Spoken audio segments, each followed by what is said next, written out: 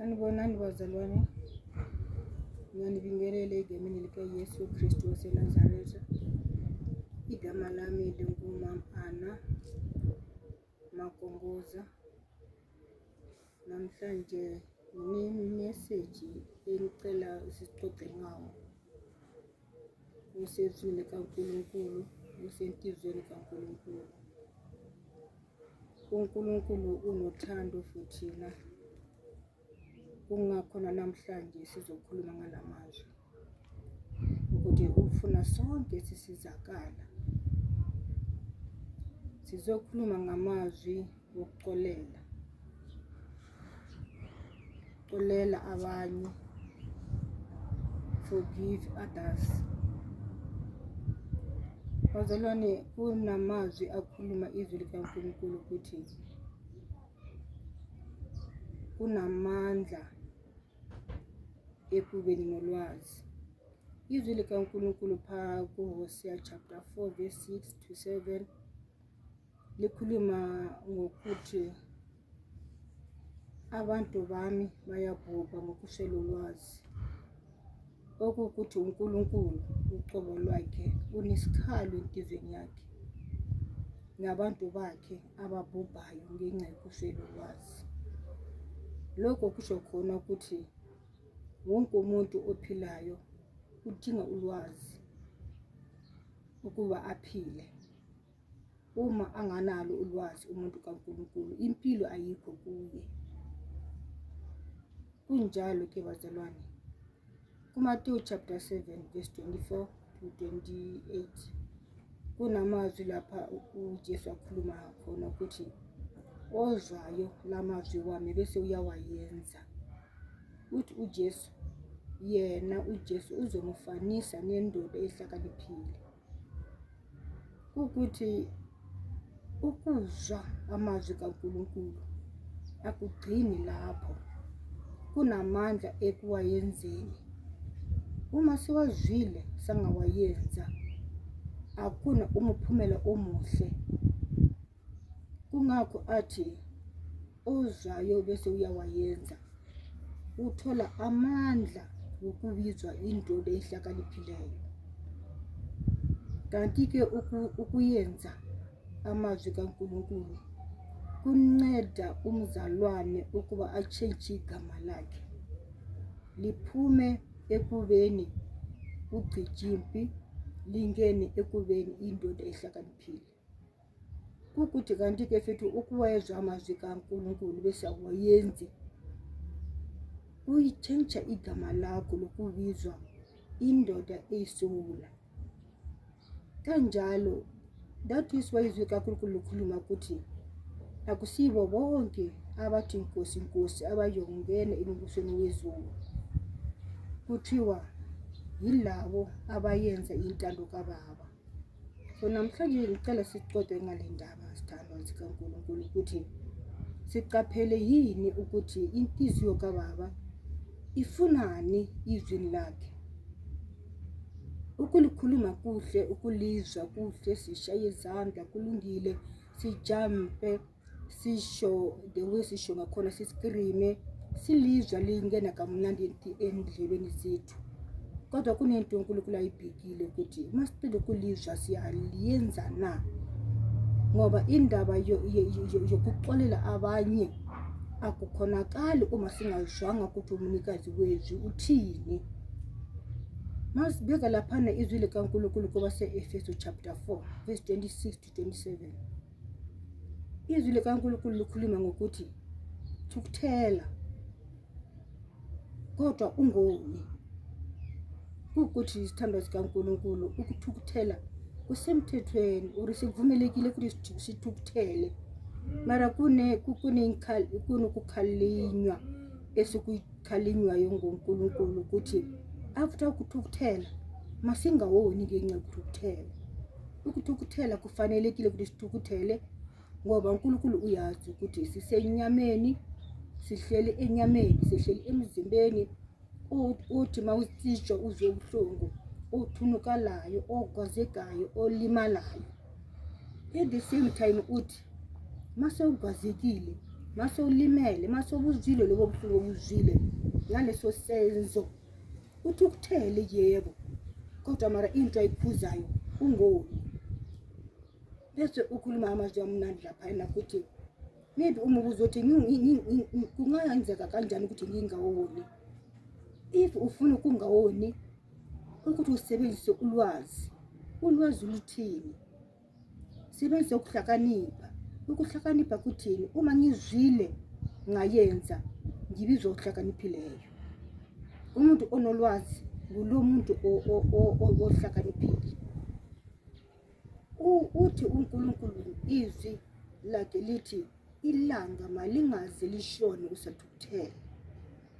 Umuntu ohlakaniphileyo ugada ilanga lingashoni esathukuthele, ngoba ukuthukuthela akukho wrong. Kumele kusithukuthele ngoba sisemhlabeni, mara after ukuthukuthela sithando sami kwenzakalani ngempilo yakho?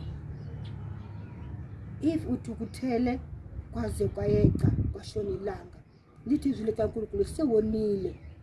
Yena malichubeka lithi ningamuniki indawo uSathane. Lashona ilanga usathukuthele, kusho khona ukuthi uSathane ayitholile indawo yokuhlala. Mamela ke sithando sikababa, ukuthukuthela akusinto e-wrong. Into e-wrong kungoba intukuthelo mase ishonise ilanga seyitshintsha, ayisabizwa intukuthelo, ibizwa icubu. That is why uSathane ebheka ukuthi ngamanye amazwi usukela ekuseni uSathane uyagada, akakwazi ukungena entizweni. Ugada nje ukuthi lishonile yini ilanga. Mase lishona ilanga kusho ukuthi ungena after ukushona kwelanga, malingakashoni akangeni. So indoda ehlakaniphile, umzalwane ohlakaniphile, umzalwane onolwazi akavumeli ukuthi ilanga lishone esathukuthele. Umzalwane ofuna ukuya ezulwini akavumeli ukuthi ilanga lishone kuze kungene uSathane, kuze kutshintshe intukuthelo ibizwe icubu. Kusasilapha ke sithanda zizulu. Kunamazwi lapha uNkulunkulu akhuluma encwadini kaMateyu chapter 6 verse 12 to 15. Indaba yami iqala lapha ke sithanda zami. Umthandazo lebe kade uyenza uthi usithethelele izono zethu. Usithethelele izono zethu njengoba nathi sibathethelela abasonile. Mayaqhubeka lapha ku-14 to 15 uthi uma ningabathetheleli abanonileyo nobaba wenu wasezulwini angeke anicethelele ezeni isiphambeko. Singaqala manje ukuxoxa kabanzi ngale ndaba bazalwane. Uma uNkulunkulu ekhuluma lamazwi ukuthi hey, ngamanye amazwi uma ufuna ukuthethelelwa uNkulunkulu kunesibheko uNkulunkulu asibhekayo kuwe, ukuthi njengoba wena uthi baba nithethelele izono zami, nithethelele isiphambeko zami, baba ngicela uxolo. uNkulunkulu into ayifunayo kuwe ukuthi njengoba ucela uxolo kimi uNkulunkulu, kungaba wena sewuke waqala waxwalela abafonile yini. That is why ivese ithi usithethelele izono zethu njengoba nathi sibathethelela abasonile. Ngamanye amazwi uma ngiza kuNkulunkulu ngizocela uxolo, ngiza ngiphethe istigate esishoyo ukuthi mina ngiqale ngathethelela ongonile. That is why ngizocela uxolo kuNkulunkulu. So uma kumele ngize ngiphethe istigate esishoyo ukuthi mina sengikwenzile lokho, lithi izwi likaNkulunkulu. Ngamanye amazwi uma mina ngaphathanga lutho kuNkulunkulu olushoyo ukuthi sengakuyenza,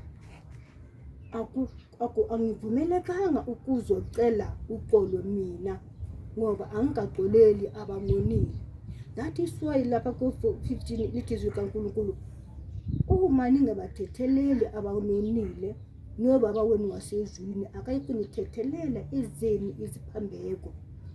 So ngamanye amazwi ke umzalwane ohlakaniphile othambekile uma eya kuNkulunkulu uya ephethe intetelelo ayenzile yena kubanye abantu abamonile ukuze uNkulunkulu akwazi ukumthethelela. Ubheka kuqala ukuthi yena sekayenzile na into ayicelayo kuNkulunkulu. If akunjalwanga sithandwa zezulu, lithi izwi likaNkulunkulu, angikwazi ukuthethelelwa mina uma ngakathetheleli abangonile. Manje uma kunjalo ke sithandwa sami, cabanga kahle le ndaba ukuthi uma ngiyala nokuthethelela ubhuti wami, usisi wami, ubaba wami, umntanami, mina ezami iziphambeko ngizithethelelwa kanjani? Ngoba angithethelelwa uma ngingakathetheleli. Umbuzo wami enginawo maybe namhlanje ukuthi ngempela ungahlala negcobu kuze uluze i-relationship yakho noNkulunkulu ngenxa yesenzo esayenzwa ngobhuti wakho empilweni yakho, ngenxa yesenzo esayenzwa ngosisi wakho empilweni yakho, ngenxa yesenzo esayenzwa ngomalume wakho empilweni yakho, uqinise inhliziyo, uqinise isibindi, ube umuntu onganandaba noma kunjalo. Umbuzo wami usekuthini, if kunjalo yiliphi izulu ozoya kulo? Ngoba uJesu isithando sami indaba yokuxolela abanye akusinto elula, akusinto emnandi, ibuhlungu, iyababa, iyakhalisa ngoba idabula inhliziyo. Njengoba ukwaziwe kangako wena ngalomkhondo uthi angeke ngimxolele, angeke ngize ngiye kwakhe, angeke ngisakhuluma naye, angifuni nokumubona, kulungile. Mara izulu ozoya kulo ma uphuma kulo mzimba uya kuliphi izulu? Cabanga kanje sithandwa sami. Uyazi ukuthi uJesu wasihambela phambili. Uma eya esiphambanweni kwakungamnandanga.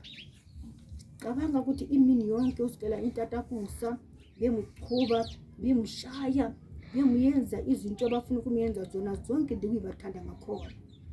Ilanga lonke emini yonke bebhizi bemshaya.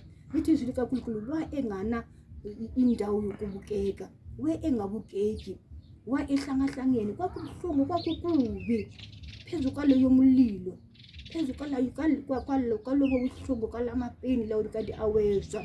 Unga-imagine ukuthi wa ezwa pain enjani, or umzimba wakhe ufana ungathi ufakwe ichilisi, or umzimba wakhe ungathi ufakwe iswayi, or umzimba wakhe ungathi ufakwe amanzi abilayo. Ungacabanga ngakhona. Mara mamela, kuthiwa akakhulumanga izwi, akacomplainanga, wathula until eGolgotha. Mase elaphayana ekugcineni esasekuleyo pain, esezwa lobo buhlungu, igazi lisachichima emzimbeni wakhe, wamela ukuthi ancenge ubaba ukuthi abathethelele ngoba abayazi into abayenzayo. Yazi why uJesu abe nesibindi sokukhuluma lamazwi? It's because uJesu efuna ukuthi ma eya ezulwini, before eshona ahambe aphethe iplate lakhe eligcwele ubuglory obuphelele, elingaphunguzekanga. That is why uJesu akhuluma ukuthi baba baxolele ngoba abayazi into abayenzayo. If uJesu efile angacelanga ukuthi baba abaxolele abamulimazile uJesu, ezoba ehambe ezulwini engaqedanga umsebenzi wakhe ngendlela right. So if uNkulunkulu ethi kuJesu ngifuna ubuye ni 100 out of 100, if engafakanga uxolo kumsebenzi wakhe, ezoba engafikanga ezulwini aphethe 100, and uJesu engafuna ukuthi afike ezulwini aphethe 99 out of 100, efuna ukufika ephethe 100 out of 100. That is why engavumanga ukuphazamiseka, enelungelo ukuthi niyenzani, enelungelo ukuthi ngiyangilimaza, enelungelo ukuthi angabaphusha, enelungelo ukuthi angascreama, nokukhala akavumanga nokuvula umlomo ukuthi akhale. Maybe ukukhala kwakhe bekuzotshintsha, akube kuzophungula ama-marks lawa akakumele awakutholile, but waqinisela kuze kube sekugcineni. Ethi ngixoxele ke isithandwa sami, akunalutho kugqubu. Igqubu alinalutho ngaphakathi. Ma uphethe igqubu, uphethe isikhali esikwaza wena, uphethe isikhali esilimaza wena. Igqubu lesinye isikhali lisigebengu esizele ukuzobulala wena, ukuchitha impilo yakho, ukukuhlukumeza. Cabanga kahle mani ukuthi uma ligqubu lisentizweni yakho, umzimba wakho lithizwe kaNkulunkulu. Umzimba itempele kamoya kaNkulunkulu. Manje uma umzimba wakho intizwe yakho seyihleli igqubu, kungaba ukuphi umoya kaNkulunkulu ngaleso sikhathi? That is why kungekho kuhle ukukhuluma ngomlomo, ukuzwa ngendlebe bese singayenzi. Lithizwe likaNkulunkulu kuko konke ekuyenzwayo makube izwi likaNkulunkulu empilweni zethu. Mamela ngikutshela, uma ungabheka nje, ngifuna ukuthi uzifake uzenze i-picture yakho. How many years unegqubu? How many months unegqubu? How many weeks uthukuthele? How many days uthukuthele? Maybe umbuzo wami ungathi kuwe, yintoni ewitholile? Yintoni ewiphethe esandleni? Yintoni eyishayinayo empilweni yakho, empilweni yakho since unegqubu? Yintoni ekujabulisayo? Uphetheni esandleni kwamanje? Ngoba uma ungabheka ayikho into uyiphethe esandleni. Into uyiphethe, uphethe i-pain. Ngoba igqubu mawulala ebusuku liyakudla, liyakugwaza. Mawucabanga igqubu liyakugwaza. Mawuvuka igqubu liyakugwaza. Yonke into mawudla liyakugwaza. Awujabuli. Igqubu into ekhona lokufakela ama-depression. Igqubu into ekhona lokuphathela ama-heart attack. Igqubu into ekhona likuyenza ukuthi ungasakhona ukujabula the way kwakumele ujabule ngakhona. Mamela ke isithandwa sami, bayingaki abantu onenkinga yokubaxolela? Ayingaki amagqubu angaphakathi empilweni yakho? Khona if ayikho into uyitholayo enhle, uligcineleni igqubu. Khona if ayikho i-price elikupheyo elakupha yona enhle, uligcineleni igqubu.